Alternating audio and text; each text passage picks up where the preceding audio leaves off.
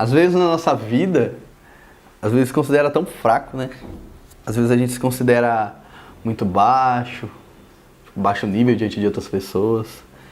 E Deus me pegou muito forte nessa palavra. Ele é da Bíblia, né? Como sempre, a gente procura respostas aonde tem. Então Deus pegou e me deu isso aqui. Assim diz o Senhor, não se glorie o sábio em sua sabedoria, nem o forte em sua força, nem o rico em sua riqueza. Mas que se glorie-se nisso, em compreender-me e conhecer-me, pois eu sou o Senhor e ajo com lealdade, com justiça e retidão sobre a terra. Pois é dessas coisas que me agrado, declara o Senhor. Deus em Jeremias 9, 23, 24... dá a entender que ele nos chama para uma relação, que não é o tanto que a gente conhece, não é o tanto que a gente faz, né, na força, na sabedoria, mas é pelo tanto que a gente conhece a Deus, pelo tanto que a gente se relaciona com Ele, né? Interessante, quando a gente se relaciona com alguém, a gente pega costumes dessa pessoa, a gente começa a falar igual, a gente começa a agir igual.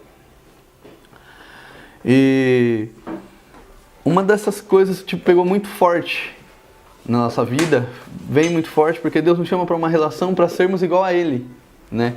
E por isso Ele enviou o Seu Filho, derramou o Seu Espírito sobre nós, para sermos a cada dia igual a Ele, né? O Espírito que nos faz nos relacionar com Deus. Isso que Deus tem falado bastante comigo para essa geração.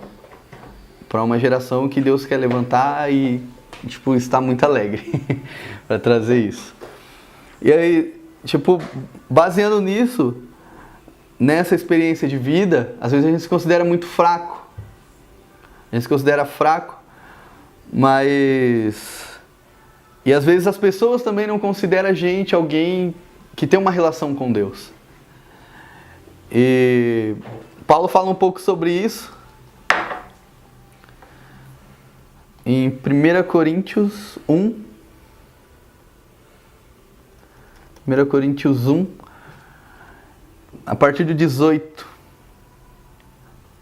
Porque a palavra da cruz é loucura para os que perecem, mas para nós que somos salvos é o poder de Deus. Porque está escrito, destruirei a sabedoria dos sábios e aniquilarei a inteligência dos inteligentes. Ele pergunta, onde está o sábio, onde estão os escribas, onde estão os inquiridores desse século? Porventura, não tornou Deus louca a sabedoria desse mundo? Visto como na sabedoria de Deus o mundo não conheceu a Deus pela sabedoria. Aprove a Deus salvar os crentes pela loucura da pregação. Então a gente prega um relacionamento. Não é o tanto que a gente conhece, não é o tanto que a gente faz, né? E mesmo conhecendo, o interessante de o tanto que a gente conhece, ainda a gente se considera fraco. Tanto que a gente conhece sobre Deus, né? E não conhece a Deus. Mas quando a gente conhece quem a gente é em Deus, e aí a perspectiva nossa muda. É muito interessante que Paulo sacou isso, né?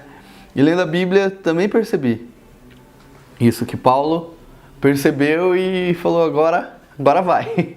Paulo está reclamando com Deus de um espinho que ele tinha na carne, e aí ele pede para Deus tirar esse espinho da carne dele. Ele fala assim, três vezes roguei ao Senhor que tirasse de mim.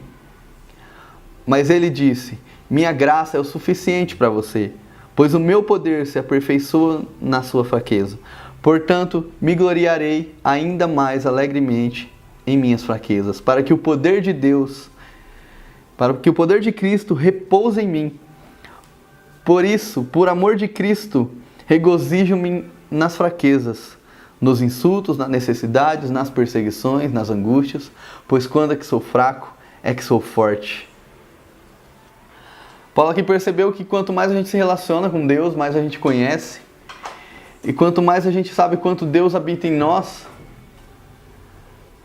a nossa fraqueza é aonde Deus vai entrar. A nossa fraqueza é onde Deus vai agir. Às vezes a gente se considera fraco mesmo. A gente chega, chora diante de Deus, fala, Deus, sou fraco nisso, e fica choramingando diante de Deus, assim como Paulo estava fazendo, só que Deus chega e fala, a minha graça te basta. Você não entendeu ainda que a minha graça te basta? né? E o poder de Deus é isso. O poder de Deus, ele entra, vai mais profundo no nosso coração. O poder de Deus nos transforma, né? E um dos medos maiores que as pessoas têm é de que o pecado seja mais forte que o poder de Deus. Mas se o pecado é sua fraqueza, é ali onde Deus habita. É ali onde Deus vai fazer a transformação. A própria Bíblia diz, onde abundou o pecado, superabunda a graça. É assim o poder de Deus. É assim que Deus se manifesta. Não é por medo do pecado que eu não vou pregar a graça. O dia que eu tiver medo de pregar a graça, com medo da natureza pecaminosa do meu irmão, que ela se manifeste sobre a graça como uma libertinagem, eu não creio no poder de Deus. Eu não creio no que Deus pode fazer através dele, eu não creio na adoção, no Espírito, eu não creio no poder de Deus. E se eu não creio no poder de Deus, eu não creio no Evangelho. Porque o Evangelho é o poder de Deus para a nossa salvação. É isso que a Bíblia diz. Então a gente prega mesmo sobre a graça, a gente fala mesmo de graça, a gente fala mesmo de herança, a gente fala mesmo de santificação, a gente fala mesmo de abundância, a gente fala mesmo de vida, a gente fala de vida. A morte perdeu, a morte se tornou inoperante, né? Então é nas nossas fraquezas que Deus vai trabalhar.